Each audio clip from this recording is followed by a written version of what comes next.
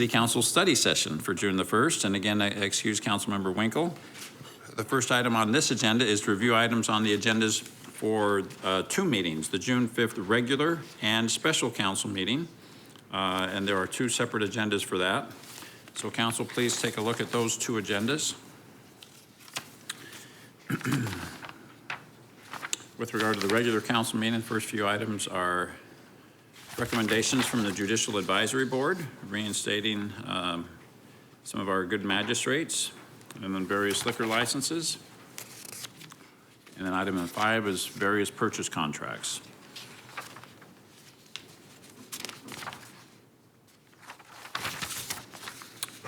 Six is various resolutions. Item 7 are ordinances relating to our personnel rules. And item 8 is a couple of public hearings on zoning ordinances. Item 9 is to take action on an ordinance.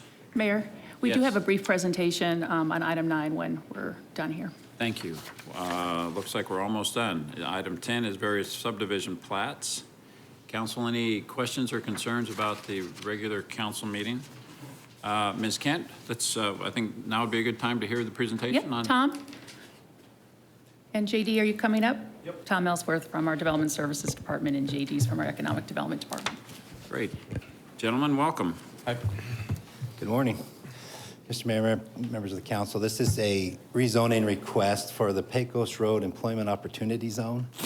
Back in July of last year, the council approved a new chapter to the zoning ordinance for economic development or employment opportunity districts. We have a similar mechanism in place now for what we call the Elliott Road Technology Corridor. In that instance, we utilized a PAD overlay to set some design guidelines and some limitations of land uses. However, with that mechanism, we have to come back to the city council for approval of a development agreement to establish the buy-in to that, and property owners can opt into that. This new zoning district back in July, what it does is it establishes a new base zone that allows us to work those design guidelines and those limitations of land uses into that base zone itself. So there would no longer be a need to come back to the city council for that extra step of doing that development agreement. This is the very first employment opportunity zone that we've seen. I don't know how I get this up on the screen. Since we've approved that, it's approximately 1,000 acres up along Pecos Road, the north and south side. This is immediately south of the airport. It's between Power Road and Ellsworth Road.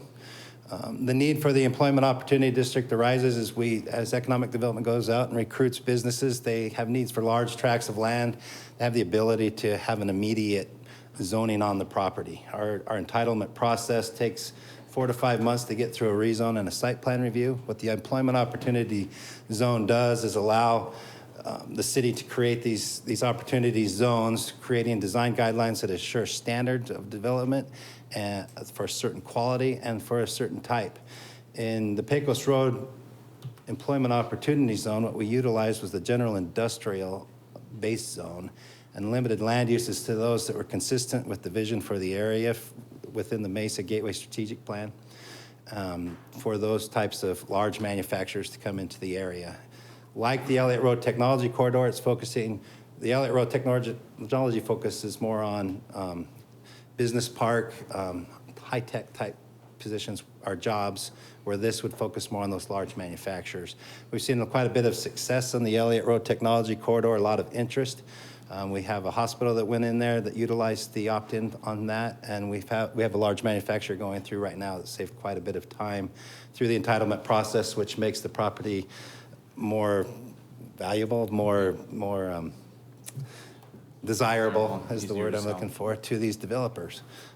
So as we go through, what this zone does is it establishes design guidelines. It establishes a shorter, condensed entitlement type process where the applicant would come in and do a site plan based on the development guidelines set forth in the development plan. With staff, we would go to the design review board to ensure the quality of that architecture and landscaping as it fits into that area. It also establishes a maximum height. The height limitation in the general industrial district is 40 feet. This would allow heights up to 150 feet with the limitation of its proximity to the airport. And there's a ceiling there that they would have to adhere to. In the most restrictive form, I believe they still would meet the height limitation of the general industrial district, but for most of the property, they could reach heights of that 150 feet. As we go through, again, I think I've already mentioned all of the things that it establishes. It does restrict land uses in the general industrial district that would not be compatible in that area. Limitations on retail uses, hotel and hospitality type uses, mainly focusing on those manufacturing type jobs. If you have any questions, we'd be happy to answer those. Thank you, Tom. Yes, Mr. Freeman. Hi, Mr. Ellsworth, thank you. Having been out in the area a little bit, just wondering, are you creating some type of buffer zone with the residential to the south of this zone here? Because I know that there's some commercial buildings there, and so are you creating like a buffer zone for the residents there? Is that kind of the idea here? Yeah, if I go back to the map, what you'll see is the employment opportunity zone goes to the Haas Road alignment. We have the Queens Park subdivision that's down in that area. Mm-hmm. And so this stays about a quarter to a half mile away of that surrounding area. The actual buffering of that site would be taking place during the site plan review and seeing how the transitions and the surrounding context of the site would need to be buffered from whatever proposed use is coming in. Do the neighbors know about this zone? There was a neighborhood outreach done. There's a mailing and outreach effort made specifically to the representatives that are identified for the Queens Park area. I know there's some surrounding farmland to the west of the Queens Park neighborhood and then a little bit to the east. But then I know in the center there towards, there's a little commercial complex there, and I guess that's separate parcels, obviously, by different ownership. So, and Mayor and Councilmember Free, one thing again to make clear, this is being approved by the council as a floating zone. It doesn't actually apply to property until the property owner chooses to opt in and apply to their property. So everybody keeps their same zoning they have today and will only utilize it if it will benefit them. Is that the same for the other parcels that aren't developed yet? Correct. Okay, great. All right, thanks. That's all I have. I know Mr. Thompson has been very active in working on the Elliott Road corridor, and we're all very excited about that. And we had a great announcement just 2 weeks ago of the DuPont Fabros project that's coming in there. And it's fun to see the ripple effects now occurring as a result of the Apple announcement of a couple of years ago. Just to remind you what we already know, the Apple announced they were going to spend $2 billion on improving that building. And we all thought that would be the great anchor for the Elliott Road Tech Corridor with the arrival of the DuPont Fabros building. That's a big investment. We can't talk about how much or how big, but trust me, it's a big investment. And the other shoes are going to continue to drop right along that road.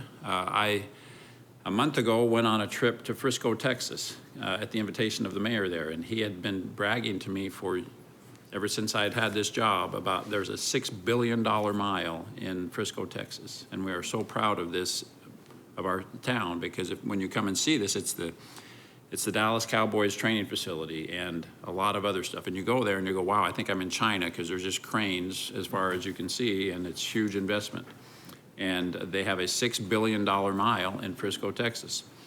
Well, we're going to have a pretty expensive mile on the Elliott Road corridor. And so this is very important to have all of these things in place so that when, the great story about Apple is they came and said, well, we're used to dealing with China and when, getting things done instantly. The story used to be that anytime you need something done, it's done. We want it done the China way. Well, now we call it the Mesa way because Mesa was so accommodating and so good about getting things done. So to me, this is just an extension of the Mesa way on that Elliott Road corridor.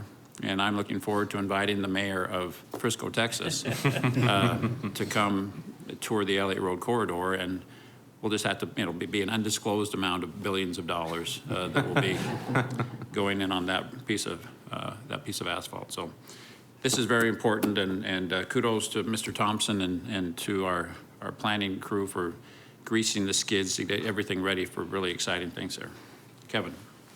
And, and I asked that they do this presentation to council because I thought it was an important component of the things that we're doing in District 6 that can be done in other parts of our city as well, that cuts entitlements and reduces some of the liability on the developer side and helps the landowners as well market their property. And we're starting to see not only that success on Elliott Road, but we're starting to see it on Pecos Road too.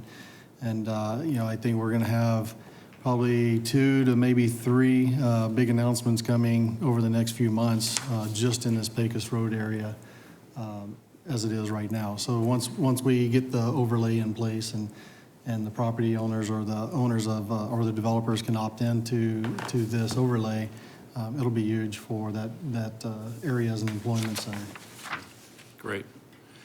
Thank you, gentlemen. Any other questions about this item? We'll look forward to voting for it on Monday night then.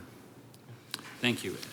Thank you, Mayor and Council. Thank you very much. So there's no additional questions, it sounds like, about the agenda for the June 5th council meeting, but there is, council, I would direct your attention to the fact there's also a special council meeting that night. And the purpose of that council meeting is to conduct a public hearing on the tax levies. So we have a separate agenda for that meeting on Monday as well.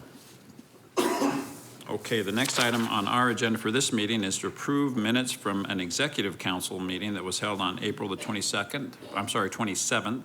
Is there a motion to that effect? Thank you. And a second? Thank you. All in favor, please say aye. Aye. Any opposed? Thank you, that passes. Item 3 is to acknowledge receipts of minutes of various boards and committees. Is there a motion to that effect? Thank you. And a second? All in favor, please say aye. Aye. Any opposed?